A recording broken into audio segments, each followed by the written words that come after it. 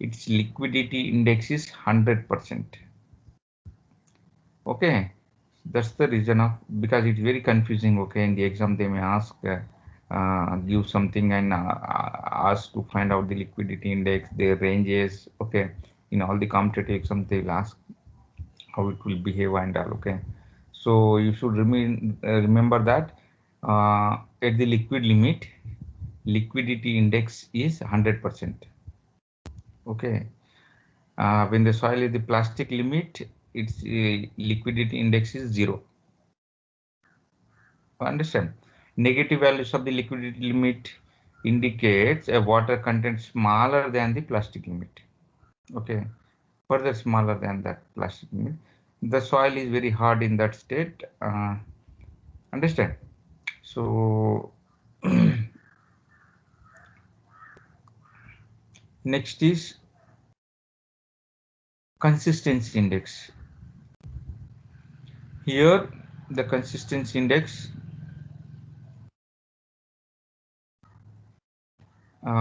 is liquid limit minus water content divided by plasticity index. The consistency index is the fineness of the soil.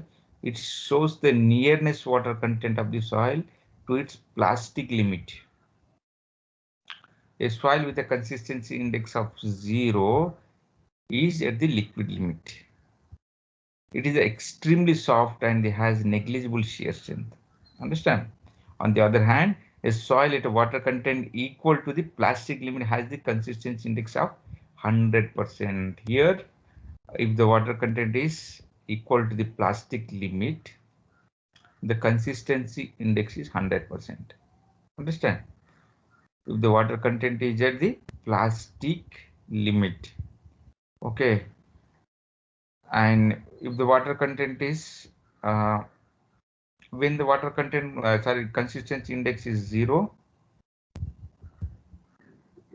at the liquid limit, where it doesn't have much strength, 0 strength, we can say negligible, and extremely soft and has the negligible shear strength, where the liquid limit consistency index. Okay, at the plastic limit the consistency index is 100%.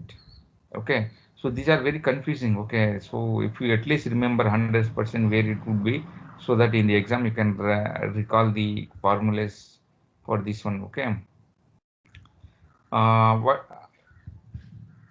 then, a consistency index of greater than 100% shows the soil is relatively strong and it is in a semi-solid state. Okay, the negative value of the consistency index also possible. Okay, and it indicates the water content greater than the liquid limit. So consistency index also known as the relative consistency. Okay, so again one more point, it is worth noting that the sum of the liquidity index and the consistency index is always equal to the 100% or 1, indicating the soil is have value of liquidity index and has a low value of consistency index and the vice versa. Understand? So these three parameters you should always remember it. Okay, plasticity index, liquidity index, and the consistency index. So it would be more confusing if you want to write a GATE or IAS or any competitive exams. They'll ask so many questions from like the uh, indices. Okay, whether it may liquid limit or whether it may be a liquid limit, plastic limit, shrinkage limit, and the small definition of these indexes. Okay, and the flow index, what we call flow index, it is a slope of a curve. Which curve? uh, which we have drawn for uh, finding the liquid limit. So what would be the x-axis and what would be the y-axis for that? Okay, that we have seen it. The x-axis is number of blows, y-axis is the water content. So when we call it as a liquid limit at 25 number of blows, okay, at the 25 number of blows, if the water content, the what the if we are able to find the water content, that particular water content is a liquid limit. But generally, as I said, in the practical. We cannot, how do you know that we can make only 25 number of blows? Okay, soil may not meet, come closer. Okay, for 12 mm when you try to do this, then what we do is we add arbitrary water content. Okay, so some 2 3 water content in above the 25 and 2 3 water content below that. We will try to draw a curve, best curve. Okay, log curve. Then we can find out the from that curve for 25 number of blows, what is the water content? We'll find out. That is the liquid limit. Plastic limit is very easy, and shrinkage limit also we can just keep it in the oven. We can, as we have done in there, we can find out. Once you know liquid limit, plastic limit, and shrinkage limit, and the water content, natural water content, we can find out many number of parameters that what we have seen. Okay, natural water content is something like take a soil and just keep it in a oven. That is the natural water content. Okay, and we have seen one more parameter, that is toughness index. Toughness index is defined as the uh, IT is equal to IP. What is IP? We know that this is the plastic index divided by the flow index. Whatever we are finding the slope of this curve, okay, is the flow index, is called the toughness index. Understand? So these are the definitions they may ask in the exam. So these are the things it is given. Now, measurement of consistency. So we have defined the consistency. Okay, it is the resistance to deformation. Consistency is conventionally described as the soft, very soft and the medium, stiff and the very stiff, and the hard. These terms are relative and may have different interpretation to a different geotechnical engineers. Okay, for quantitative measurement of consistency, it is related to shear strength or the compressive strength. Okay, so consistency, generally we use in our geotechnical engineering that this particular soil is of which consistency. They will ask whether it is a very soft, medium, stiff, or very stiff or hard. So which consistency this particular? Because if you see the clay type of soil, uh, everything depends on the water content. Understand? If you add water content, it becomes very soft. If you reduce water content, it becomes medium. If you further reduce, it becomes stiff. Is it not? So likewise, everything is depend. That's why when you make a small mold the clay or make a Ganesh idol or some vessels, okay, kids will play, no, by making some vessels, by use kitchen vessels, something like that. They'll play with the clay soil. So when they try to make it, mold it, that water content may be in a plastic state. That's why we are able to mold it. We cannot make in a liquid state, right? Liquid limit state. Near about maybe plastic state or a semi-solid state, we try to mold the side. Okay. Then we'll make some vessels. Okay. Then what they will do? They will next day when they hold it, it becomes stiff. Understand? From the medium, it becomes stiff and become very hard also. It would become stone, right? So likewise, sometimes kids, no, my kids also try to play. So with that general clay type of soil, no, we can make cricket ball also with that. Okay, so make it a round and dry it. After sometimes it become very hard. So here, uh, what is happening is everything is dependent on the water content, that you must remember. So we call it as a consistency index. Based on the consistent index, this table is given. Okay, look at here. The unconfined compressive strength of a soil is equal to the failure load per unit area when a standard cylindrical specimen is tested in unconfined compression testing machine. Okay, that anyway we'll see in the 13th chapter maybe. Okay, as unconfined compression strength is twice the shear strength, it can be obtained from the wind shear test. So these are some tests from where we can obtain. Now look at this particular table, very nicely it is given. Okay, So when we call it as it is a very soft, medium, these are the general term, right? Engineering terms you can say. Okay.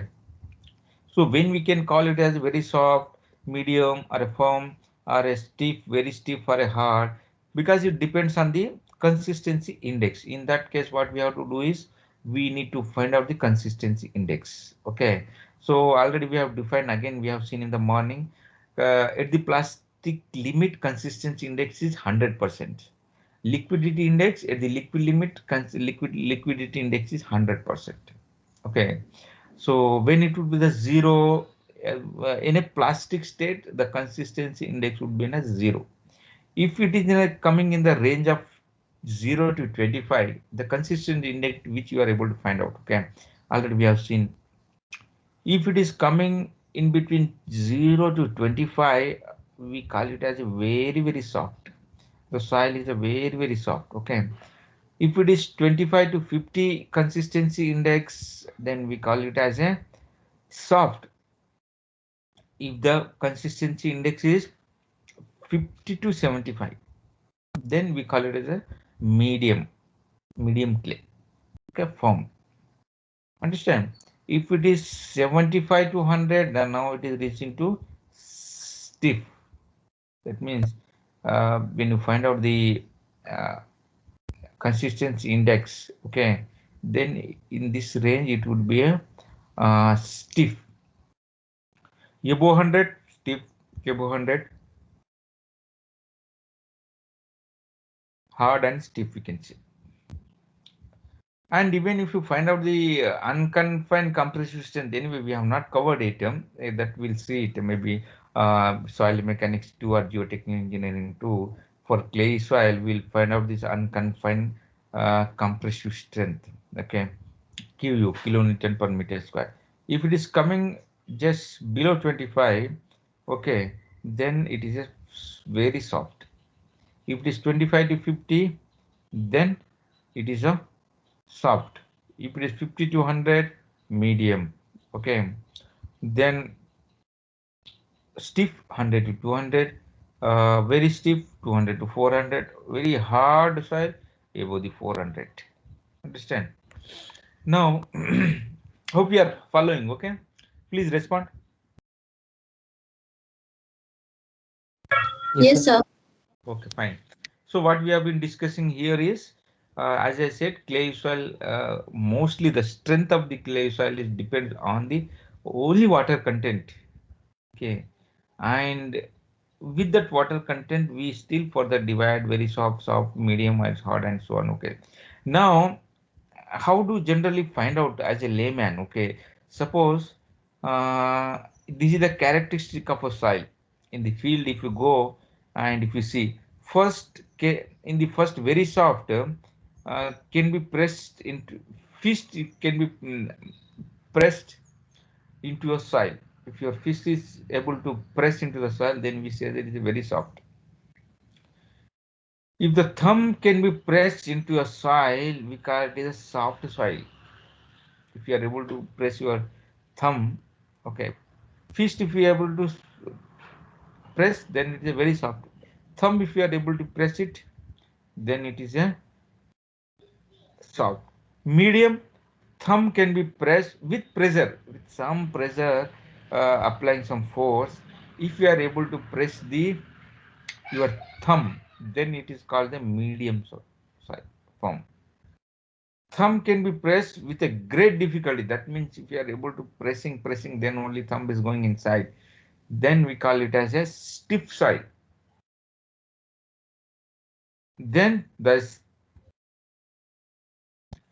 soil can be readily indented with thumbnails. Then we call it as a very stiff. The soil can be indented with difficulty. That means you cannot make a scratch also and so on. Okay. Then we call it as very stiff, and all the values of unconfined compressive strength crosses 200 and so on. Okay. So in the values 100 to 100 is stiff. Okay, 50 to 100 can be medium, and here 50 to 75 can be consistent. So this consistency index is very important. Okay, so Generally we do. So some of my PhD scholars also work in the clay soil. Even my PhD thesis is in a clay soil, a pile foundation in a clay soil. So I have worked in this soil, very soft to very soft soil. Okay, where I have got the unconfined composition. There I have conducted some laboratory laboratory tests and some model pile foundations and applied some load laterally and found the shear strength, shear deformations, and so on. Okay, so I work in the clay soil, and some of the students are working in the sandy soil. That is, in the sandy soil, which parameter is more important? Relative density is more important. Okay, we have seen it. You just go through it. So when we call it as a soft, here there we will not call it a soft soil. Okay, what are the terms we'll use it in the relative density? Loose sand, medium sand, and the dense sand. We use three terms, right? Loose sand, people will work on a loose sand. Okay, some people will work on a medium dense sand, and some soil can be very dense. Okay, that would be in a sandy soil. Okay, sandy gravelly soil. Those terms here: soft, medium, steep, hard, and so on. Okay, so here we will define the clay soil in a the term with the term consistency index. Okay, their relative density in the sandy soil. What is the relative density? Hope you have remember that E max minus E divided by E max minus E minimum, and we have also seen one table column when we call it as a loose sand, medium sand, and dense sand for relative density of below 30, 35, then 30 to 60 medium, then 60 to above 70, 80 will be very dense and so on. Okay, if you recall, you go through it. So that's how we define the sandy soil and the clay soil. In the clay soil, what we have seen is mostly depend on the consistency index Atterberg limit. Based on that, we can classify it. Okay, there in the sandy soil, based on the grain sizes, in the sense we have done the sieve analysis. So based on the sieve analysis, we have found that above 75 micron sieve is called the coarse grain soil. Below 75, we call it as a fine grain soil. In the fine grain soil, we have silt and the clay. So how again we can classify that silt and the clay? We have done the hydrometer analysis and we have seen that curve. Okay, so above that sand and the gravel, we can easily sieve the soil. Okay, about the different sieves, whatever soil written on the each sieve, we can find out the percentage finer versus the diameter of a particle or a sieve, the same thing. Okay, from there we can plot different plots. Okay, S curve kind of thing. If we get it, we say that it is a well graded soil. Okay, S curve. If you get a gap graded, that means some particles are missing. Hump, if you get it, some gap. Flat curve. Okay, and if you get a fully vertical line, it is uniformly distributed. Okay, same sizes of the soil. Okay, so there also we have seen some terms. If you recall, okay, what are those terms? Can someone recall?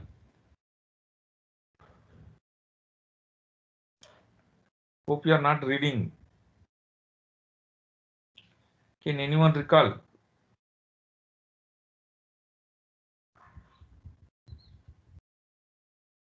No one.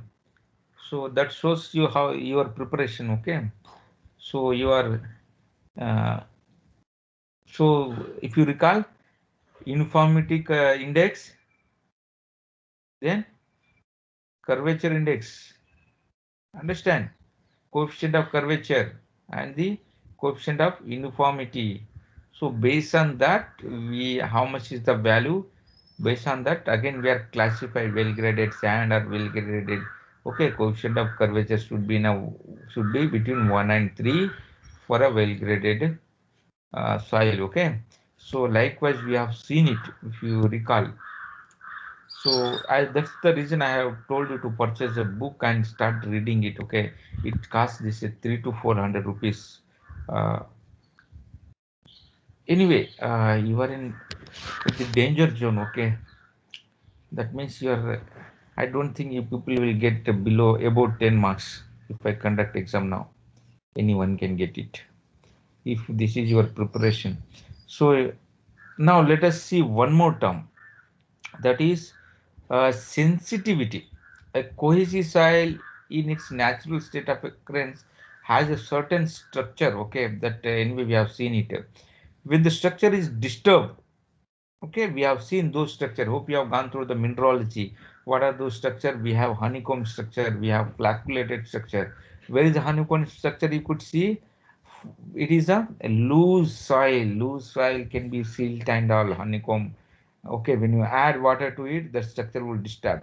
Where do you see this flacculated structure? Flacculated structure you can see in a clay type of soil. Clay type of soil surface is fully charged with negative charge at the surface, positive charge at the corners. Okay, and the water is the dipolar. When the water is come closer with the clay, then there would be some uh, adsorbed water, not absorbed, what adsorbed, AD, okay, adsorbed water would be formed and diffuse double layer would be formed. Okay, so what happens? Those water is very difficult to remove it. Whether we need to keep into the oven to remove it. Okay, now, some structure would be disturbed, okay, remolded, and the engineering properties changes considerably. So, sensitivity of a soil indicates it weakening due to the remolding. That means what we are doing is when you remold it, it becomes weak, or when you disturb it in the site also. Okay, it when you try to disturb it, nature, whether it may soil or a hill station or anywhere. What happens when by disturbing can be with the vibrations. That's what happened in the Uttarakhand, right? So Uttarakhand, no, lot of projects are taking place, NTPC project, power project, dairy dams, and so on. Okay, so what we are doing is we are disturbing the nature. We are digging so many tunnels. Because of that, what is happening to the hill station? Okay, Himalayan, and that avalanche is happening, and that is fully seismic zone, right? If you recall, it comes under the zone 5, our Himalayan and the northern northeast region. So all the hill station is caused because of the is the source of seismicity. Okay, so earthquake frequently takes place there. Of course, major earthquake. Okay, that's why there's so much big earthquake happened in the Nepal. So what is happening is if you disturb or make a tunnels there, then some blast also will conduct there. Okay, so what is happening is there may be some failure plane developed in the hill stations. Okay, that's the reason complete mass, or you can say complete slope, huge mass may come out. Okay, all of a sudden, and that's the reason I think a lot of some studies are going taking place in IIT Roorkee, because I have some friend in IIT Roorkee, and they are doing research why it is happened. Okay, how the dam is washed away. Okay, you know this news. Hope you have heard the news.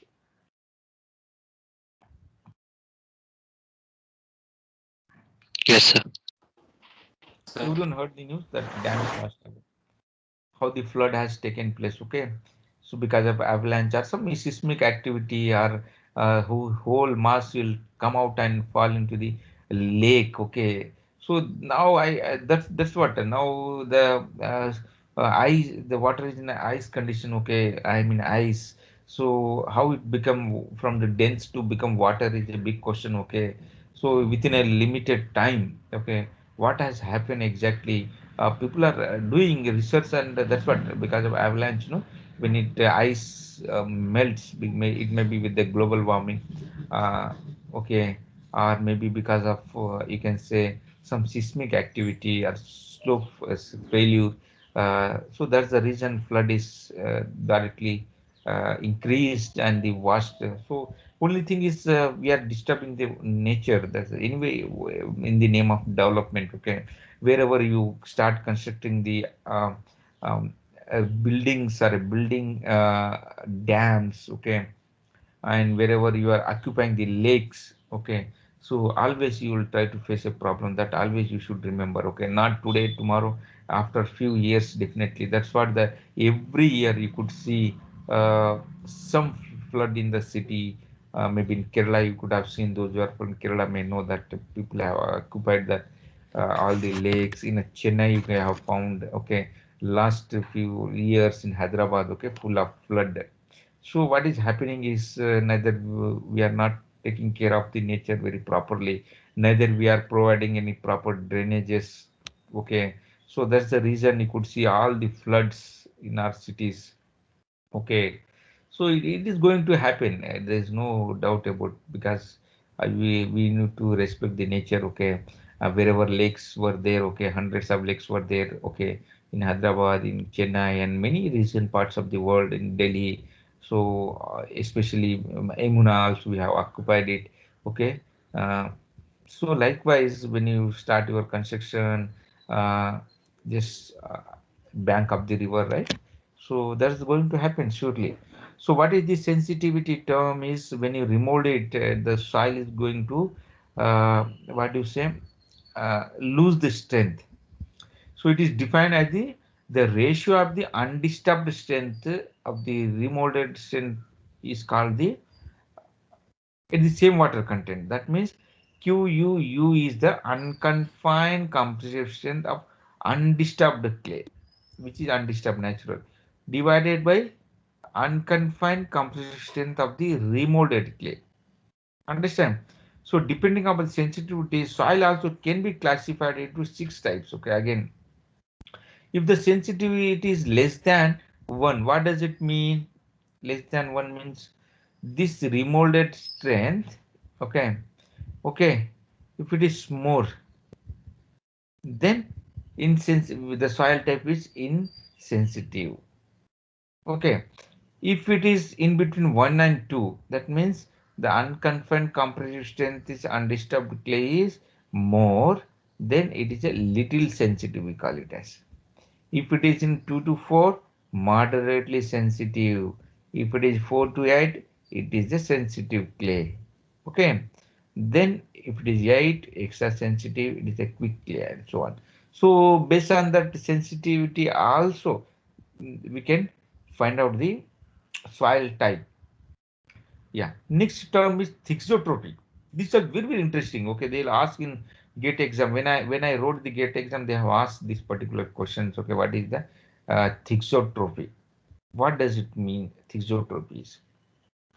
The word thixotropy is derived from the two words thixis meaning the touch and the tropo meaning the change. Okay, so now I'll give one example. Okay, now what you will do is you will take a clay soil and water, add the water to it, make a slurry like a lassi.